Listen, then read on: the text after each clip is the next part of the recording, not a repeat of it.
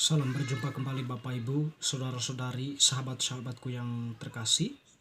Teman-teman sekalian, pada kesempatan ini saya mengajak kita kembali lagi untuk mempersiapkan sedikit waktu kita mendengarkan sabda Tuhan yang kita ambil dari Penginjil Lukas bab 17 ayat 20 sampai 25. Kedatangan kerajaan Allah. Atas pertanyaan orang-orang Farisi, apabila kerajaan Allah akan datang, Yesus menjawab katanya, kerajaan Allah datang tanpa tanda-tanda lahiriah. Juga orang tidak dapat mengatakan, lihat ia ada di sini, atau ia ada di sana. Sebab sesungguhnya kerajaan Allah ada di antara kamu. Dan ia berkata kepada murid-muridnya, akan datang waktunya kamu ingin melihat satu daripada hari-hari anak manusia itu, dan kamu tidak akan melihatnya. Dan orang akan berkata kepadamu, lihat ia ada di sana, lihat ia ada di sini. Jangan kamu pergi ke situ, jangan kamu ikut. Sebab sama seperti kilat memancar dari ujung langit yang satu ke ujung langit yang lain, demikian pula lah kelak halnya anak manusia pada hari kedatangannya. Tetapi ia harus menanggung banyak penderitaan dahulu dan ditolak oleh angkatan ini. Demikianlah sabda Tuhan, terpujilah Kristus. Bapak Ibu saudara-saudari yang terkasih, pada kesempatan ini bacaan Injil Lukas yang telah kita dengarkan tadi menampilkan kepada kita Yesus yang memberikan sebuah penjelasan berkaitan dengan kerajaan Allah, kedatangan kerajaan Allah atas pertanyaan orang-orang Farisi. Kerajaan Allah tentunya kalau dideskripsikan dengan logika abstrak atau logika rasional kita, tentu kita akan berhenti pada deskripsi kata-kata, atau kita berbicara tentang kerajaan Allah itu berdasarkan pemahaman logika abstraksi kita, bukan sesuatu yang nyata atau bukan sesuatu yang fakta, karena kita berbicara dalam tataran subjektif. Kita belum melihatnya secara objektif. Tetapi pada jawaban yang disampaikan oleh Yesus atas pertanyaan orang-orang Farisi, benarnya orang-orang Farisi itu dalam arti yang kita pahami, memahami kerajaan Allah itu dalam logika subjektif mereka. Dan tentunya di sini Yesus atas pertanyaan mereka memberikan jawaban bahwa sesungguhnya kerajaan Allah itu tidak jauh-jauh amat. Kerajaan Allah itu ada di antara mereka saat itu.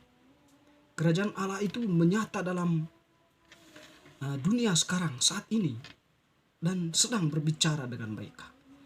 Dan siapakah dia? Yesus itu sendiri.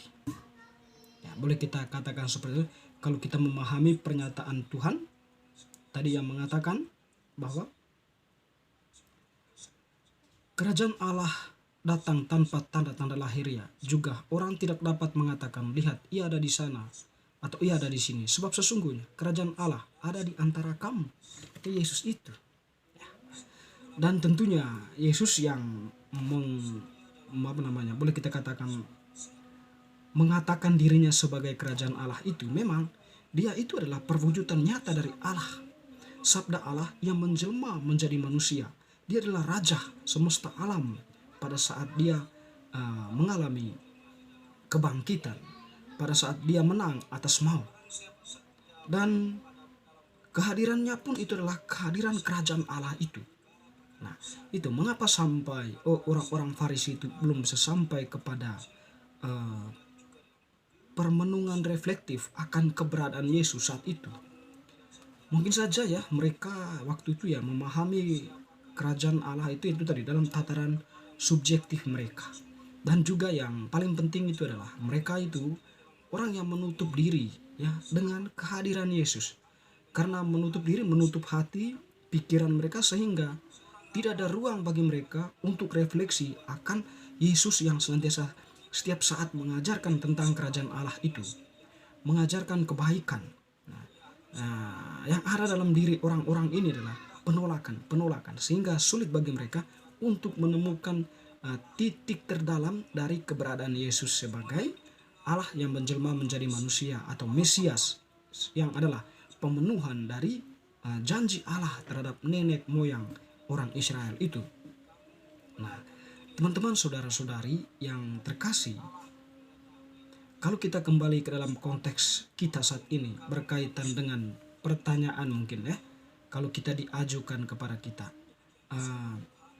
kerajaan Allah itu seperti apa? Tentu akan ada banyak jawaban, tentu akan ada banyak argumen, pendapat, opini yang disampaikan. Tetapi ya kalau kita secara sederhana mengatakan bahwa kerajaan Allah itu sebenarnya itu adalah kebenaran atau kehendak Allah. Kehendak Allah yang senantiasa disuarakan oleh gereja, baik di dalam sabda, bacaan-bacaan kitab suci yang disampaikan, pendalaman-pendalaman iman, maupun dalam ekaristi, perjamuan kudus. Sebenarnya di situ kita menemukan bahwa kerajaan Allah itu sedang berbicara kepada kita. Tentu yang dibicarakan, yang diwartakan itu adalah kebenaran. Kebenaran tentu bukan dalam tataran logika abstraksi manusia, logika rasional manusia, tetapi lebih pada sebuah kebenaran yang adalah kehendak Allah.